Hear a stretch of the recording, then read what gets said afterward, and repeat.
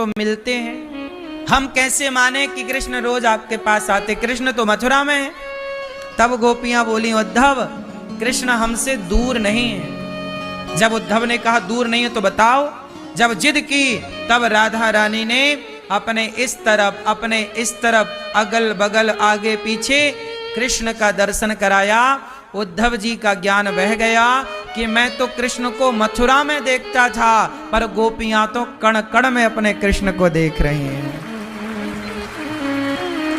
कण कण में कृष्ण है, ये उद्धव जी केवल कह पाते थे, लेकिन गोपियां देख पाती थीं। कहने वाला अलग है और देखने वाला अलग है।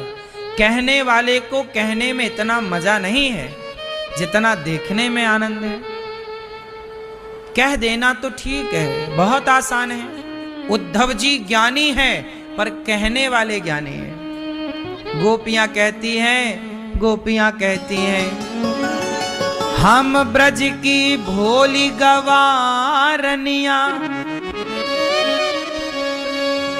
ब्रह्म ज्ञान की उलझन क्या जाने, मेरे और मोहन की बातें एक मैं जानूं या वो जाने।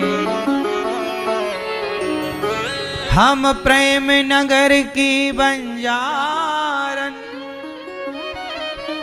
जप तप और साधन क्या जाने, हम श्याम नाम की दीवानी, नित नैमिक बंधन क्या जाने।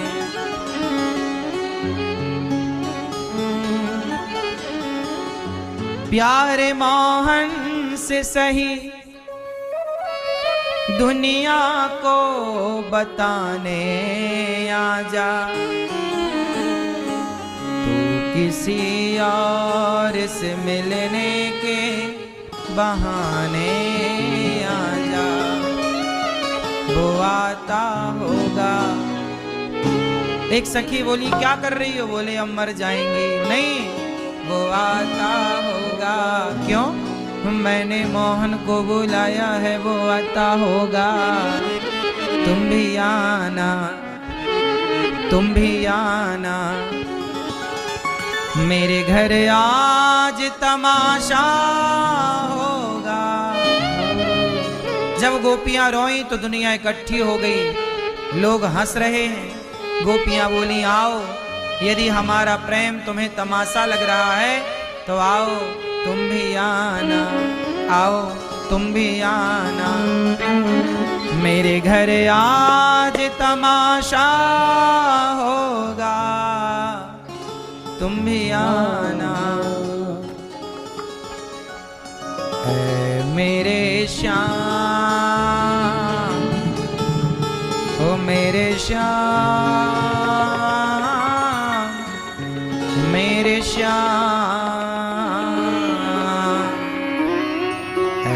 मेरे श्याम लौट के आजा, बिन तेरे जिंदगी अधूरी है। आके तो देख मेरी हालत को, बिन तेरे हर खुशी अधूरी है। गोपियां यही कहती हैं कि गोविंद एक बार आ जाओ कन्हैया, वरना हम मर जाएंगे।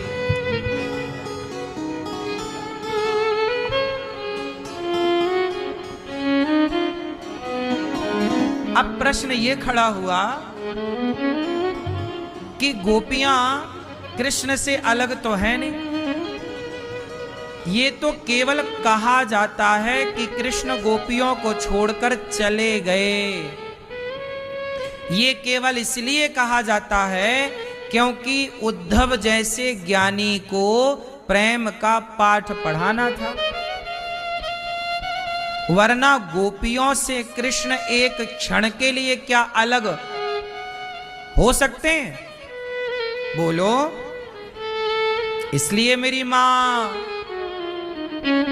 एक पल के लिए कृष्ण अलग नहीं है, एक क्षण के लिए कृष्ण गोपियों से अलग नहीं। जब अलग है ही नहीं तो फिर ये क्यों कहा जाता है कि कृष्ण गोपियों को छोड़कर चले गए? इसलिए ताकि दुनिया ये जान ले कि प्रेम किसे कहते हैं, अलग होने से क्या प्रकट होता है। आप हमारे साथ हैं तब पता नहीं लगेगा, जब बेटी विदा होती है तब पता लगता है कि बेटी की कमी क्या है और बेटी से प्रेम कितना है। हाँ या ना?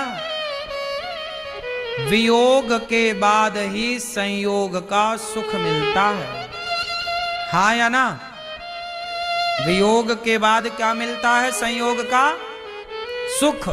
उसी तरह यदि गोपियां कृष्ण से ये वियोग की लीला, राम और भरत का वियोग ना होता तो राम और भरत का प्रेम समाज में प्रकट कैसे होता? बताओ। आज राम और भरत के प्रेम को यदि याद किया जाता है तो वो प्रेम प्रकट कब हुआ? संयोग में प्रकट हुआ कि वियोग में? बोलो। हाँ, तो वियोग इसलिए होता है कि हमारा तुम्हारा प्रेम प्रकट हो जाए। जैसे राम दूर हुए तो भरत का प्रेम प्रकट हो गया, वरना कोई न जानता। यदि राम का वनवास ना होता तो कोई ना जानता कि भरत राम से कितना प्रेम करते हैं। वो तो जब राम चले गए तब दुनिया ने जाना कि अच्छा भरत इतना प्रेम करते हैं। उसी तरह जब कृष्ण गए तब गोपियों का प्रेम प्रकट हुआ, ना जाते तो गोपियों का प्रेम प्रकट कैसे होता? तो भगवान अपने भक्तों के प्रेम को प्रकट करके उनकी महिमा को बढ़ाते हैं। इसलिए आप भी भगवान के अपने प्रेम को प्रकट किया करिए। प्रकट करना जरूरी है।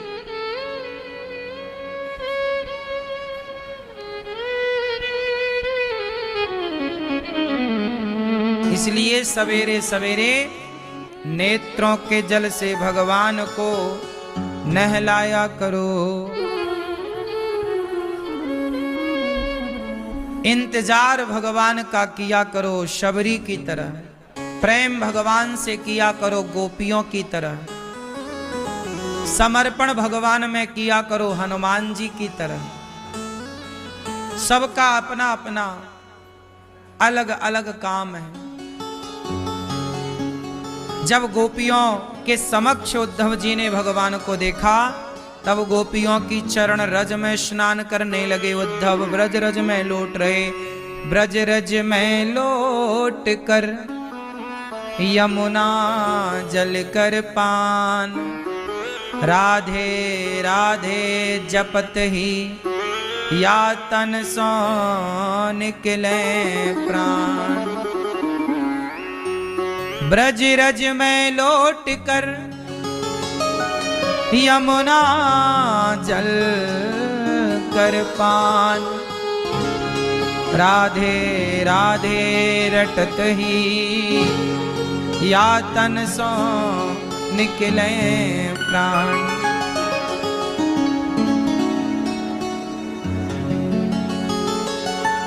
गोपियां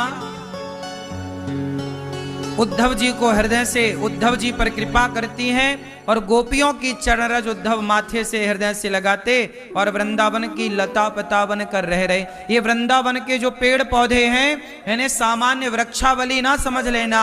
उद्धव जैसे परम ज्ञानी भी पेड़ बन करके खड़े हैं वृंदावन में।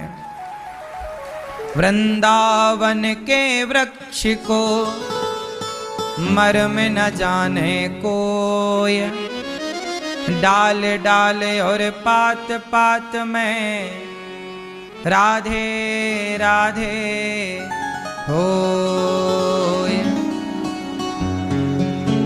इसलिए मेरी माँ